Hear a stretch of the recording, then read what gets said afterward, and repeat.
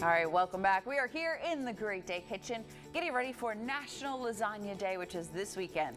Lasagna, of course, is the ultimate dish when hosting a party. It's easy to serve. It feeds a large group of people.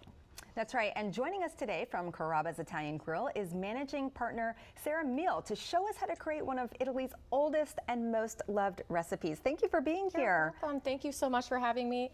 This is one of our favorite dishes. This recipe is actually Johnny Carrabba, our founder. It's his favorite dish. Oh, wow. So his grandmother would make it for him, and we make this fresh every day in the restaurant, which is why I'm Fresh so excited. every day. Yep. Wow. And you can make this at home, which is why we kind of broke down everything. So we're going to make it a little bit today. Okay. The first thing we're going to start off is with our pomodoro sauce. This is going to be the mother sauce. This, gets incorporated into our meat sauces. We use this in a lot of dishes. It's just a traditional tomato sauce for anybody at home that doesn't really know. So what we're going to do is we're going to take our pomodoro sauce and we're going to kind of coat the bottom of the pan just a little bit because you don't want your lasagna sheet to end up sticking.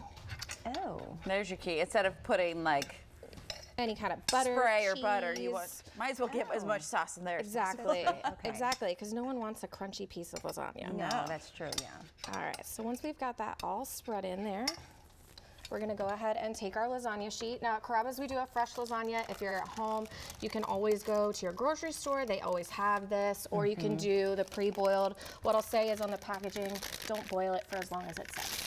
Always do it a little bit less just because the sauce is gonna absorb it and it's gonna get really crunchy if you overboil it. That's a great tip. That is a good tip. So you're gonna coat your pasta sheet just like this. Perfect. For me. And next thing we're gonna do is our meat sauce. Now we use pork and beef in our meat sauce.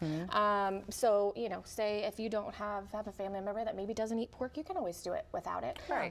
But we use pork and beef at the restaurant, and what we want to do is we want a nice heaping amount on here. Nice, generous amount. Yes. It's just all ground up. Yep, Pretty it's much, ground up. We actually make this fresh in the restaurant. We reduce it with a little bit of red wine, celery and carrots as well. This is one of my favorite things. I mean, sometimes I could eat this with a snack with some bread. Oh, yeah. I'm gonna be honest. I can smell it over here. I It do. Is smells that amazing. oregano in there? Or I see like Not a little bit of oregano, a little bit of parsley. Ah, okay. Okay, so now that we've got our meat sauce here, we're gonna talk cheeses. So we've got our mozzarella, we have our ricotta, and then we have our Parmesan. Okay. So the mozzarella, you're gonna do maybe a quarter cup. If you like a little bit more cheese, that's fine too. And we're just gonna go ahead and sprinkle that around. Obviously freshly shredded every day. Oh yeah, freshly shredded. I feel like too, just freshly grated just cooks better. It tastes better. Yeah. It melts better. Oh yeah. Obviously, I mean, you 100%. want fresh whenever you can get it, but Fresh instead of makes a buying bag, when we're at home buying bag cheese, take the time to actually grate it. Yeah, of course. I'm gonna put our Oops. Parmesan oh, no, I in do here. all bag cheese too. I'm also, it saves a lot of time. Yeah. It saves a ton of time. I'm also not the chef of the house, so I really Yeah, don't do same. it at all. Same. So I'm really enjoying this because maybe I'm We going to try can this. we can do this. I can do this. Yeah, or get the kids involved. Yeah. Everybody do it Kids on love to maybe like cook. a Friday night. For sure. Just to get it done. Now we're gonna do a little bit of dollop of that ricotta cheese. Ricotta cheese is gonna be that soft cheese. Some little kids don't really enjoy it as much, but it makes the lasagna so ricotta. creamy and delicious. Yeah.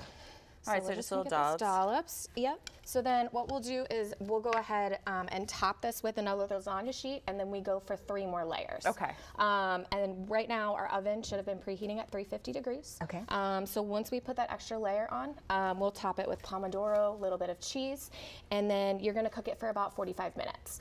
But make sure it's covered, and then after, when you take it out, uncover it, pop it back in the oven for another 30 minutes, and then the key is to let it stand after that. Right, for otherwise it 15. kind of falls apart. Exactly. Yeah. And then you end up with lasagna soup, and nobody likes Oh, that. yeah. The good thing is you can make this at home, but for Lasagna Day, which is this Saturday, July 29th, Carrabba's Italian Grill is partnering with Lasagna Love. It's a global nonprofit organization, so 10% of the in-restaurant and online sales are going to go to Lasagna Love. So hope you can get out to a Carrabba's and do that and enjoy some delicious food as well. Thank you so much. Thank you for being Thank you here. for breaking it down for us.